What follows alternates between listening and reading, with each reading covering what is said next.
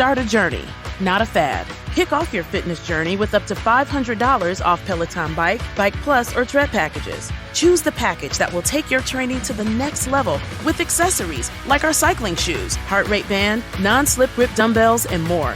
Join now and you'll see why 92% of households that start the year with Peloton are still active a year later. All access membership separate. Offer ends January 8th, 2023. Excludes Bike, Bike Plus, and Tread Basics. See additional terms at onepeloton.com.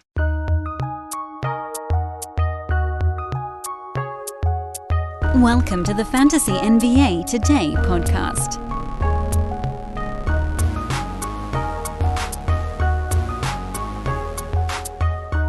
Is it so much to ask for the NBA to schedule every week like this week? This has been wonderful. In every sense of the word. We had a 7-game Monday. We had a 10-game Tuesday. We're about to recap an 8-game Wednesday. We got 6 games tonight. 9 on Friday, tomorrow. Saturday, I think, might be 9 also. I haven't looked that far ahead. Sunday's less. Sunday's only 3. So, it's not all sunshine and rainbows, I suppose. But, man, it's really nice to have a medium-sized card to go over seemingly every day. It doesn't give us that weird, oh my God, I have to spend every waking moment trying to pour through 13 games feeling, followed by, wait, now I do, nothing for a day? That's no fun. This is so much better. I think there will probably be a little bit more of this now that the NFL is beginning to scale back. This is the final weekend, I believe, of the regular season. Or did they add another one? Might have added another one. I don't know. I don't follow the NFL. Regardless, the NFL playoffs are coming up, so most of those teams are about to go home. And then, obviously, those games are a big deal, but you don't have the stuff all week long. So the NBA kind of then begins to take a little more of the center stage part of the proceedings, which I think for a lot of folks, they say that the NBA season officially starts on Christmas Day for a lot of people. I've never found that to be true. At least in looking at how Twitter is at this time of year and podcast interaction, things like that. This tends to be actually a very quiet time because everybody's with family, everybody's on vacation, nobody's doing their normal drives to and from work. You don't have your alone time in an office to screw around on Twitter and mess with your fantasy team. You're usually, if you're anything like me, dealing with childcare related activities, and then you're sort of you're squeezing in other stuff in between. All that to say, loop all the way back around. I really enjoy the fact that we have a handful of NBA games every single night right now.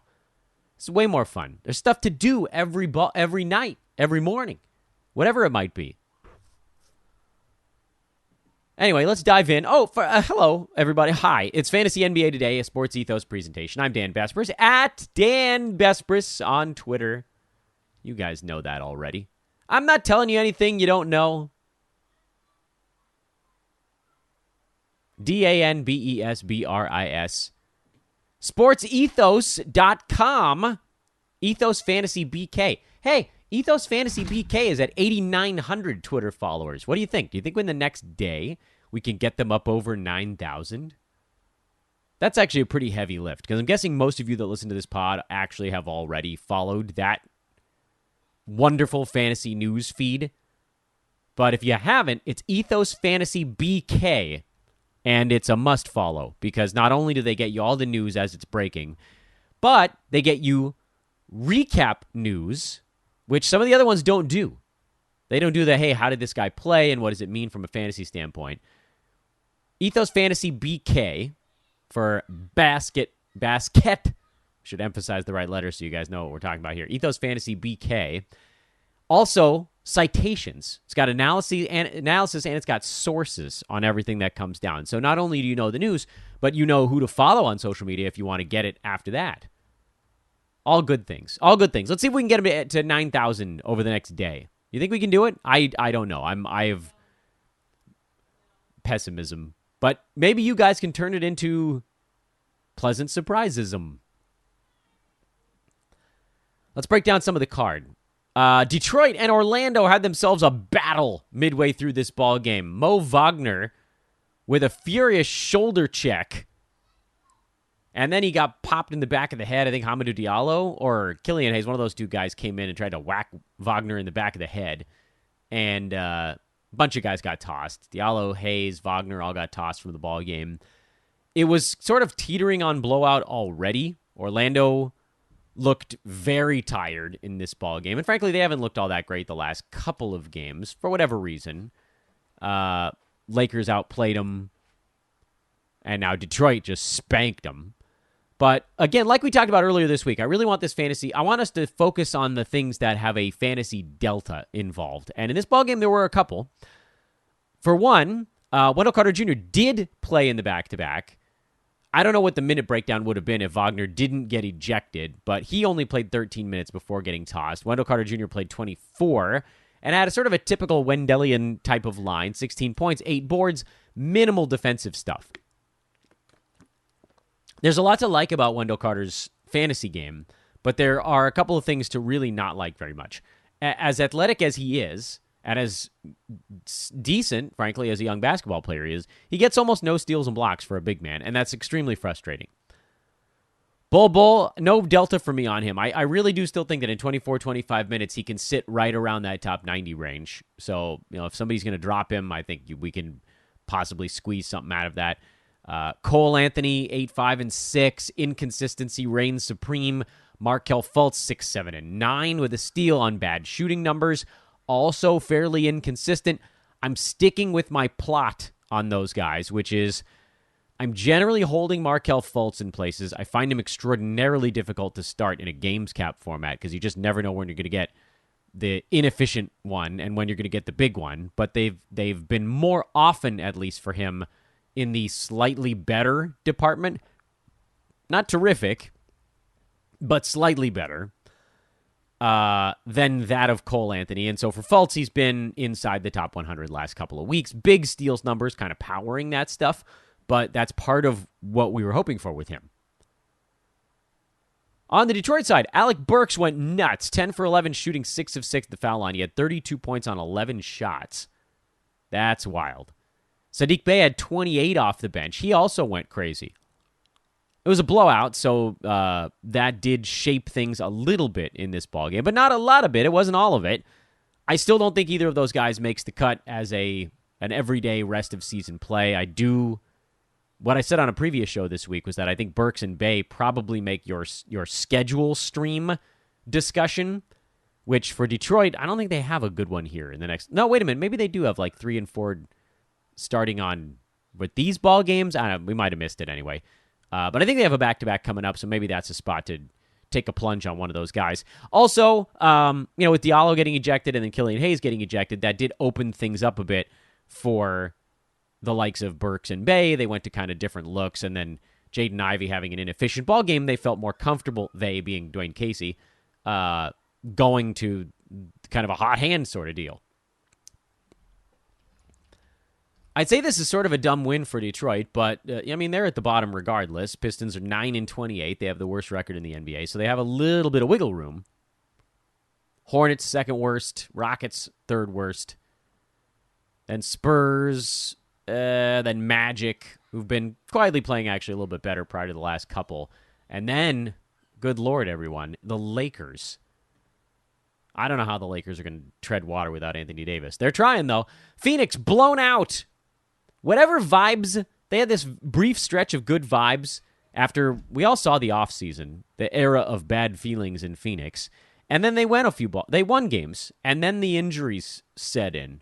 And they're bad on the road this year, which is not a great sign for a team that wants to make a deep playoff run. You have to be able to win a couple of road games. You can't just rely on a powerhouse home number. They're not the only team, for better or worse. Actually, a lot of the teams at the top of the West have struggled on the road. Grizzlies have struggled on the road. Suns, we just talked about. Mavs have struggled on the road. Jazz have struggled on the road. Warriors have been epically bad on the road. Worse than the Lakers. But no one can touch the Dubs at home for whatever reason. They're much better at home. Well, we'll get to that one in a little bit. perhaps. Anywho. So on the Phoenix side, I am floored that Torrey Craig didn't do more with his time in this ball game. And I know some of it was blowout stuff, so guys didn't get their full allotment of minutes. Mikal Bridges still played 40 for some reason. But right now they're just so thin that in this one, the bench unit came in, and they were getting beat up just as bad as the starters were. And so Monty Williams was like, all right, let's screw it. Let's see if we can run our guys into the floor a little bit. The good news there is that DeAndre Ayton, he's chugging. Mikal Bridges had a little bit of a better ball game. Chris Paul had a much better game. Shot better than 50% from the floor. That seems like that's the thing we're waiting on with him. I still feel like you can start Torrey Craig night to night, at least while both Shamet and Booker are out. Devin Booker out for 4 weeks. Shamet likely back much sooner than that. When he comes back, I don't know that I'm going to feel quite as confident on Craig. You might run Landry in the mix at that point. Although it seems like they prefer him coming off the bench. We'll see. There's a lot of we'll see here with the Suns. I think if you're in a Roto Games Cap format, you could pick up Shamet and kind of sit on him until he comes back. But Achilles stuff isn't great, so it could be another game or two. But prior to getting hurt, he had 13, 31, 15, and then 31 again. And he did 22 three-pointers in those 4 ball games. Now, that's not going to last. We know guys run hot and cold, but the shots are there with no Cam Johnson, no Devin Booker in particular on that Phoenix side. So opportunity abounds, I suppose. I don't think Chris Paul wants to take 15 shots, frankly. And Shamet's probably available in a lot of spots. So on the Roto side, give it at least a look, if nothing else. Rui Hachimura had 30 on 13 shots for the Wizards. We know enough about his fantasy game to know he tends to profile more as a points league leaning type of player. I'm not adding him in standard 9-cat formats. I am strongly considering a Daniel Gafford ad. Because if you want to be like, oh, well, Bradley Beal was out, so guys got to do more. Yeah, but that was mostly, and this was a blowout too, so the starters forewent some of their shots for reserves. Most of that went to Rui. Hachimura soaked up a lot of the Bradley Beal stuff in this ball game. Gafford does it without needing to take shots. He only had 7 field goal attempts, went for 14 and 8 with 3 blocks. The reason that he's even being considered is that we know enough about Daniel Gafford to know that when he gets 22-ish minutes or so, he can actually get around that top 100 mark. He hasn't been consistently at 22 minutes, but it seems like they're beginning to trust him a little bit more. Was he in there to deal with DeAndre Ayton is the next question. We'll find out, frankly, tomorrow, because they're in Orlando. The Wizards are in Orlando tomorrow. The Magic don't have an imposing big man. So if Gafford still gets in there and racks up 24, 25 minutes, at that point, in my estimation, he's very much an ad. And frankly, at this point, I would consider doing it anyway, because a 24-minute Daniel Gafford is a roto monster. It's like what you're seeing in this one. His fantasy profile is not that dissimilar from Walker Kessler. A lot of blocks, good field goal percent. Kessler probably a little better rebounder. Gafford a little better at the free throw line in general, although he's at, 60% this year. Typically up around 70. That's where he's been closer to 70 lately after kind of a, high 50s, low 60s start to his career. So we'll see if that levels up and kind of moves up towards the 70 mark.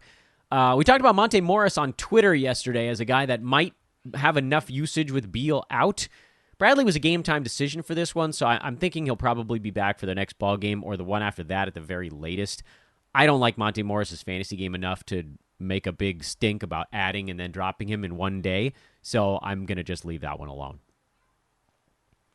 Brooklyn beat Atlanta in a tight one. It's a weirdly slower ball game. I can't fully put my finger on it. Brooklyn, 12 turnovers. Atlanta only had 3 and still was unable to come away with the victory. Now, in Atlanta's defense, they didn't have Trae Young, and they also didn't have Clint Capella, so they were playing shorthanded, and they got vastly outshot, 51 to 43%, but boy, did they put the hustle in on this one. I was wondering if AJ Griffin might do some stuff with guys out. He was in the maybe pile for streamers. I feel very happy that he's stuck in the maybe pile because he stunk. Onyeka Okongwu still a stream anytime Clint Capella is out. He gets better seemingly every time he has an opportunity this year. Bogdan Bogdanovic is a hold, and nothing else really to go over there. On the Brooklyn side, 3 blocks for Royce O'Neal. We've been talking lately about how his defensive stats, rebounds, and assists have pretty much dried up. He got a little bit more of them in this ball game. But some of that, again, was the competition, because Nick Claxton had 6 blocks, Durant had 2, Royce had 3, TJ Warren had 2 blocks. Brooklyn blocked 13 shots in the ball game. That's kind of crazy. Anyway, it led to some robust fantasy lines. Happy about that. But, you roll it all back together. TJ Warren, 26 minutes. We didn't really do anything with them. I'm going to keep stashing him in a couple of spots because 26 minutes should actually, in general, be enough for him. But, look, he's shaking off 2 years of rust here, so we can't expect gold every night. I can't advocate starting him, and I can't, frankly, advocate adding him in a head-to-head side either, which is what I said, I think, 2 days ago, because he's going to take back-to-backs off. So he's a guy you're squatting on in Roto, and then Royce O'Neal, I think, has slid back into that schedule stream zone. I know this is a slightly better defensive ball game, but the consistency just hasn't been there. Lakers had nothing in the tank on the second half of the back-to-back. They actually defended relatively well early in the ball game, but Miami had something like 17 second-chance points, and I think they outscored the Lakers by like 22 in points off turnovers. And unfortunately, on the Lakers side, if you kind of wipe that stuff out, this is a ball game that they really could have won, because they only lost by 14. Now, again, we had that same, like, Lakers shave a few points off in garbage time thing going on. Was not led this time by Kendrick Nunn. But the turnover differential was just obscene. Lakers had 24 turnovers, and the Heat had 5. That's a classic back-to-back night in Miami kind of thing. Whether or not they went out on the town, the Lakers clearly didn't sleep very well. And there were like 2 Lakers that looked like they had their head even partly in the ball game. Bron was one of them, who's been putting together some really nice ball games lately. And Schroeder was sort of the other one. Honestly, I thought Troy Brown should have played way more in this ball game. It seemed like it took Darvin Ham until pretty late to give him the time he deserved, because one of our favorite guys, Austin Reeves, he looked straight hungover in this ball game. He was a mess. Just missing passes. I don't know, man. That one felt like it had Miami written all over it. Regardless, it does put a few things into perspective. A guy that comes off the bench and you're relying on efficiency, that's a tough pill to swallow. And so for the Lakers right now, I think you're going LeBron and Thomas Bryant, and that's probably it. I'll downgrade the rest of these guys. Yes, including Russ. Outside of points leagues, if you're in a points league, it's a different story. But 9-cat, there isn't even a third right now. Pat Beverly is actually the closest to a third because he's warmed up over the last week. But nah. For the Heat, Jimmy Butler made his return. Everybody does against the Lakers, and was incredible. 27, 5, and 4 with 6 steals. Good Lord, man. What an absolute monster of a per-game player that Jimmy Butler is.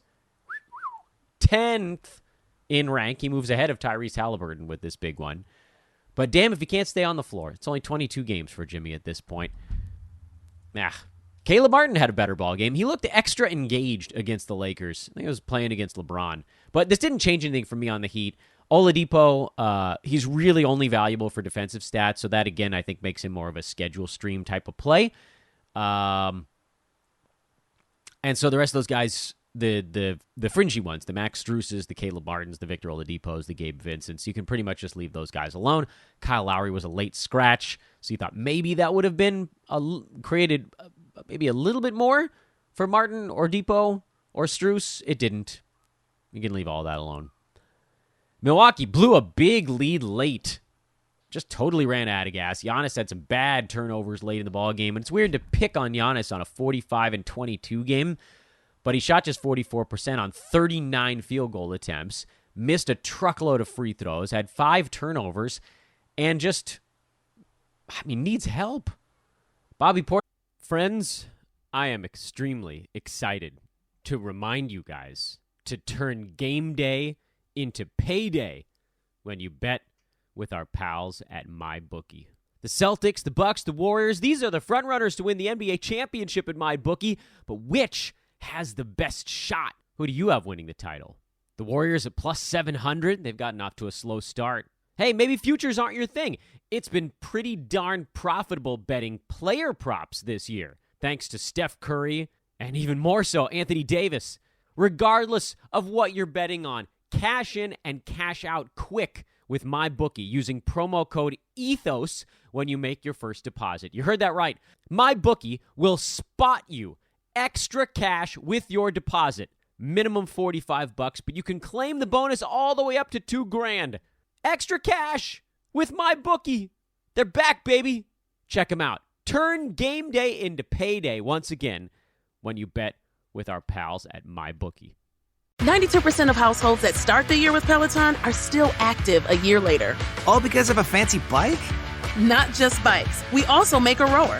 Have you ever tried to row? Too hard. Not with Form Assist. It actually teaches you how to row. So it doesn't matter if you're a first-time rower or a seasoned pro. Peloton can help you achieve your fitness goals. 92% stick with it. So can you. Try the Peloton Row risk-free with a 30-day home trial. New members only. Not available in remote locations. See additional terms at onepeloton.com/home-trial. Just 20 points, but it took him 18 shots to get there. Brooke Lopez had probably one of the better lines of the night, but that wasn't enough either. No Drew Holiday, no Chris Middleton. Pat Connaughton had a few good ball games coming in, but this one was just lost.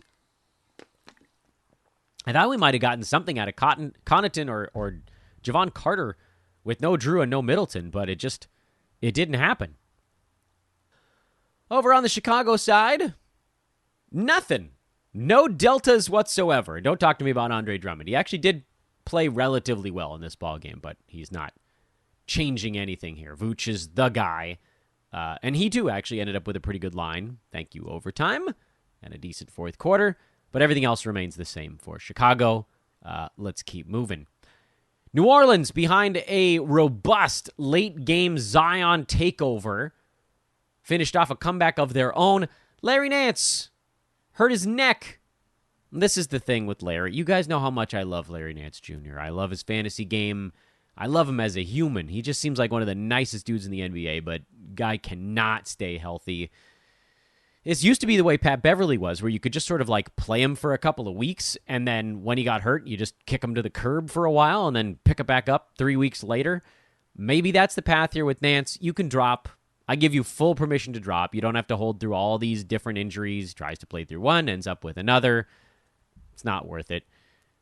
So with Nance out, and we already knew that Trey Murphy was going to have plenty to do. That means that JV is in for a really nice spot here in the short term again.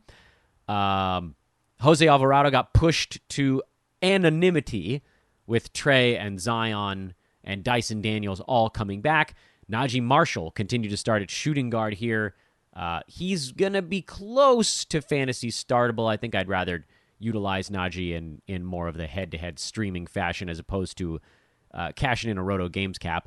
I think on the Minnesota side, we can officially say that Naz Reid is going to play enough to be used in all formats right now. Gobert fouled out in this ball game, so yes, that did help because Rudy was actually playing well, or from a fantasy standpoint at the very least.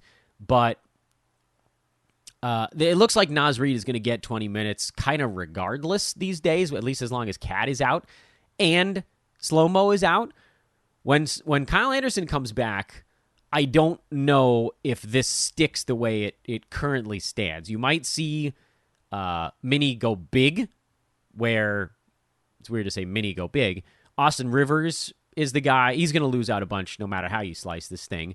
I would hope that they find a way to continue to get Naz Reid playing time. I just don't know how you run a Naz Reid, get him in there a bunch with Slow-Mo, with Gobert, without Gobert. There's going to be a little bit of overlap, maybe. I mean, Naz has been so good in this last little run here with no Cat and no Slow-Mo that you at least have to add him. By the way, every time I say Slow-Mo, I want to call him Shlomo, but perhaps I'm diving way too far into my old ancestry tree there. The short version is add Naz Reid, and I think the first day that Kyle Anderson comes back, we probably play it a little bit by ear, maybe even for a couple of ball games, and see if Nas can keep it going at that point. Big thank you, as always, to our partners at Manscaped.com, ExpressVPN.com/hoopball, and Thrive Fantasy. ExpressVPN.com/hoopball is the special URL. Code is Ethos at ThriveFantasy.com, and the code is Ethos20 at Manscaped.com. That is the rapid-fire triple promo here, because I wanted to take a moment in the middle of the show to remind all of you guys that we continue to recruit here at Sports Ethos. If you want to break into the industry, this is the place to do it. We're looking for DFS and full-season fantasy experts in NBA, NFL, MLB, and hockey. And if you want to be a part of our sports betting division, you can bug me on that as well. Any and all of these things, you can reach out to me on Twitter at Dan Besbris, DanBesbris. That's the promo I wanted to get in your face. Okay, let's finish up the card. Excuse me. A frog in my throat there. Weird. Kind of have my voice back these days. Lingering effects, I suppose. Well, I mentioned earlier in the show that Golden State almost undefeated at home, and they remain almost undefeated at home. Utah had them by the short and curlies for a little bit. Warriors were able to come back and then hold on with a 5-point win late. Dante DiVincenzo, who continues to be a very reliable stream, had that strange 0-point, big rebound, big assist ball game. But basically, until Andrew Wiggins comes back. And now, by the way, Wiggins is being listed out due to illness instead of injury, which means, I don't know. I would assume it means he's close. We're always reading tea leaves here a little bit. Once Wiggins returns, my guess would be that Anthony Lamb shifts back to the bench, so you probably still get starter DiVincenzo. But with Klay Thompson coming back around, does that move Jordan Poole? Do they want him as the bench attack guy? It's hard to say. So my typical plan in situations like this is to just watch a game. When Wiggins comes back, see what he looks like. He probably won't play a full complement of minutes, so we won't get all the information right out of the chute. But if he starts, and if Thompson's in there, which we presume he would be, and DiVincenzo moves to the bench, I don't know that I feel fully comfortable with that stream anymore. But that's the thing. We don't have to know in advance. We can play it a little bit by ear, by eye, I suppose. I just think you don't have to. And look, when I talk about stuff like this on the podcast, I realize that longtime listeners, you guys have all had to kind of make the mental adjustment, because most of what I'm talking about is games cap. Would I start a guy in a games cap format league? So then, I had a very, very reasonable question that popped up on Twitter that was like, what are you talking about? How are you picking up a guy and then not starting them? Well, there are a couple of leagues where that could be the case. Weekly leagues would be one. Games cap league is another. That's typically what I'm talking about here. Is someone good enough to use in a games cap format? If you have DiVincenzo and Wiggins comes back, obviously in a head-to-head league, you leave him in there, because you still, I think, want to hold to find out what his role is going to look like once Wiggins comes back. Now, once Wiggins and Steph are both back in there, I think you can feel pretty confident that DiVincenzo's not going to be above the cut line. But until that time, on the games cap side, you just throw him on your bench for a day. And head-to-head, you just take the lower production while you sort of set a mental clock. Set a mental timer. That's like, look, I'm going to let this thing roll for a game or two with Wiggins back before I make any full decisions on it. Ty Jerome had a good ball game, but I'm not going to do anything about it. On the Utah side, old friend Kelly Olynyk returns. He actually had a pretty good ball game going until he, doinked 2 free throws late. I don't know, did that cost him the ball game? Probably not, but shooting 69% at the line overall almost definitely did play a large role. But good to see Olynyk back in there. He played 26 minutes. That'll continue to trend up by 3-4 minutes, more, inching towards where he's been for most of the year. He's a start once again. Good to see Mike Conley once again getting a little bit more involved on the offensive side. He didn't make most of his shots, but he had the 10 assists. I like seeing him take 11 shots. That's a big one for me. Jared Vanderbilt, slightly better ball game. Didn't have his huge one. It's usually like 2 quiet ones, 1 big one. This was like 2 quiet ones, 1 medium one. So, I don't know. Maybe we get another medium one. Who knows? You kind of have to... So when Utah's losing, there's very much a when Utah's losing versus when Utah's winning thing going on with a lot of the guys on that club. And for the Jazz, they have leveled off. They're 4-6 in their last 10. They've fallen back near the 500 mark. They're the 9 seed right now, which is in the play-in. But if the whole thing comes apart at the seams, we'll see. They are, like a lot of teams in the Western Conference, a hell of a lot better at home than they are on the road, so maybe don't read too much into this road defeat. I've got people asking me what they should do with Colin Sexton. He's been a drop basically since the moment that anyone started coming back for this team. He's just not playing enough to be fantasy relevant. And then a much more reasonable question, which was, what do I do with Walker Kessler? And the answer is, hold on tight. 3 blocks in 20 minutes. He's been a blockmeister over the last month. The free throws are concerning. You kind of have to hope that he doesn't take too many on a game-to-game basis. Yes, Kelly Olynyk being back is going to chop a few minutes out from Walker. He was at 20 here after being more in the 23-24 range, while first Lowry and then Kelly were each out for Utah. But 20 is enough for Kessler. That's the beauty of it. He has the Robert Williams, Nerlens Noel, tale as old as time, big man who doesn't need all the minutes to hit fantasy value thing going on with his fantasy game. So you got to stick it out. I think, at least. I guess you don't have to listen to me. Malik Beasley is the other name I wanted to bring up on the Utah side because everything changed for Utah when Olynyk came back. They're very much a team where a lot of the parts are a bit interchangeable. Olynyk is a big man, but he's a stretch big man. Markkanen is a stretch big man.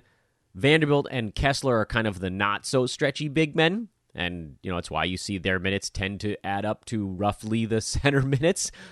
Not always, but roughly.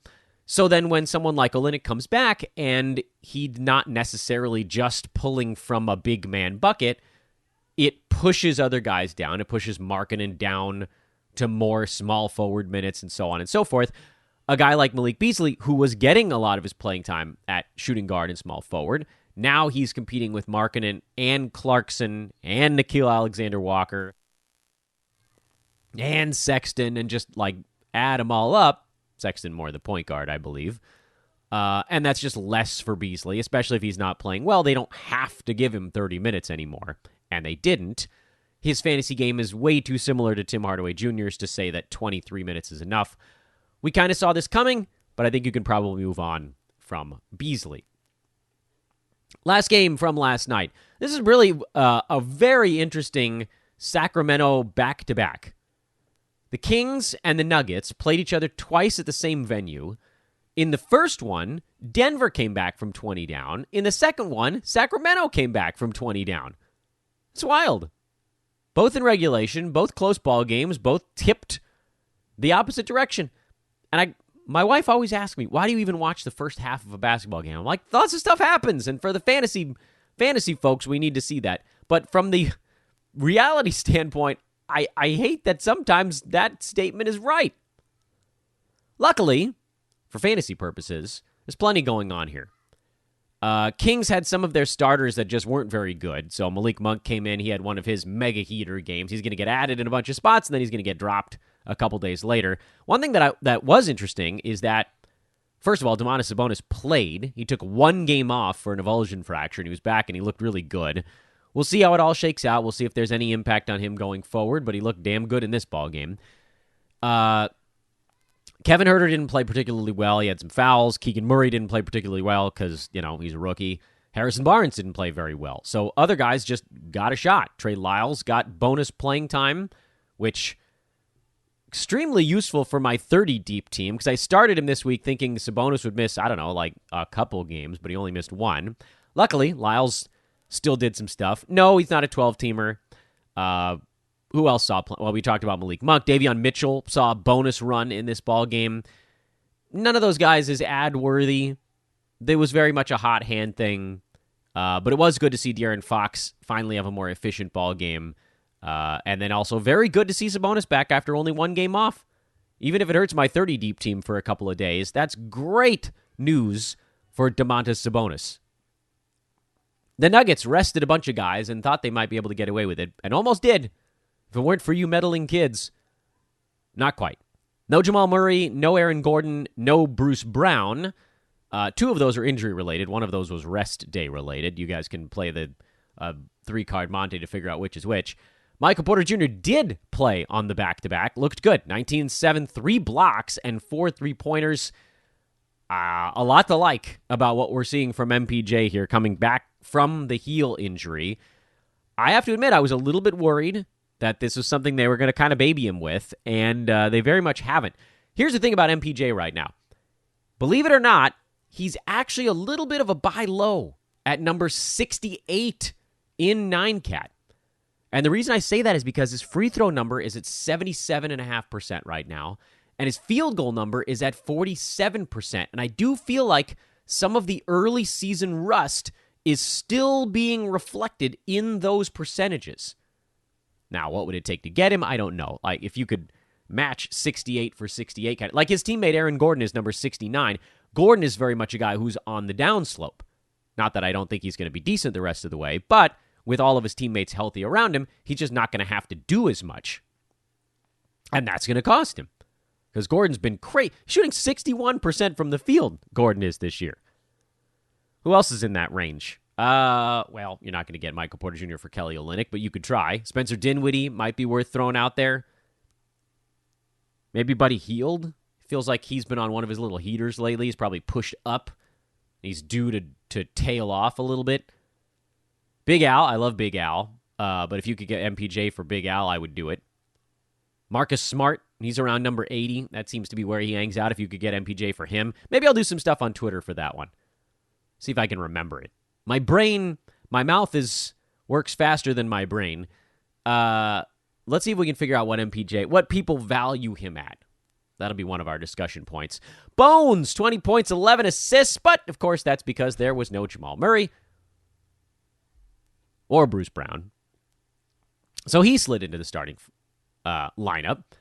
Zeke Naji, 31 minutes, don't care.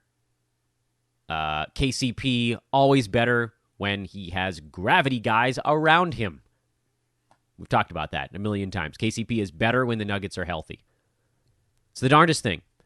He is a shimmering example of someone who actually sees his usage stay pretty much steady or even tick up ever so slightly when the best players are on the floor around him. Because when they are, he's open. When they're not, he's not open. And he's not going to shoot unless he's open. So you saw it yesterday, 7 shots in 31 minutes. He probably gets more like 8. It's the craziest thing. KCP is the Venn diagram. He's the dot that's way outside the circle. Because for almost everyone in the NBA, usage is value. But for KCP, well, there's actually another step to this little transitive equation. Usage is value. I think we can all agree on that. It's even the case for KCP. However, missing players for most of the NBA, like 99% of the NBA, missing teammates means more usage. For KCP, it doesn't. Go figure. Hey, guys, we got a half-decent Thursday card coming up tonight.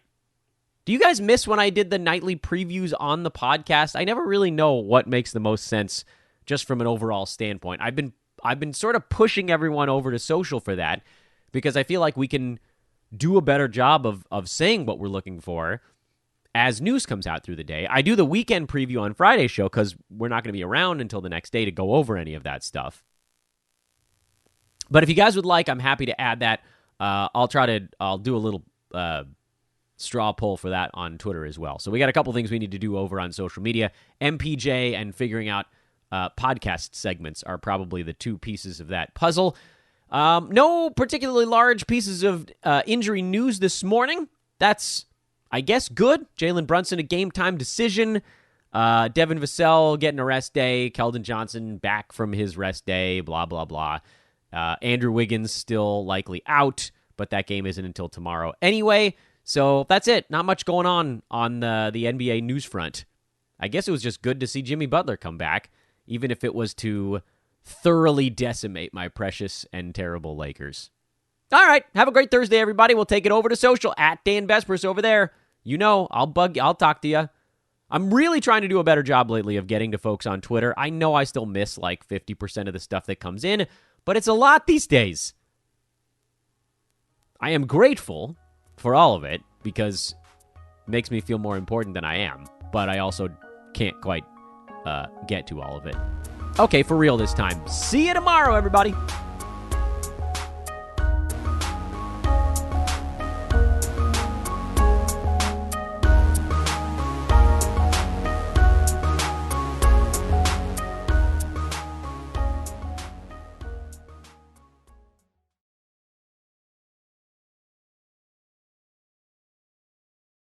Start a journey, not a fad. Kick off your fitness journey with up to $500 off Peloton Bike, Bike Plus, or Tread packages. Choose the package that will take your training to the next level with accessories like our cycling shoes, heart rate band, non-slip grip dumbbells, and more. Join now and you'll see why 92% of households that start the year with Peloton are still active a year later. All access membership separate. Offer ends January 8th, 2023. Excludes Bike, Bike Plus, and Tread Basics. See additional terms at onepeloton.com.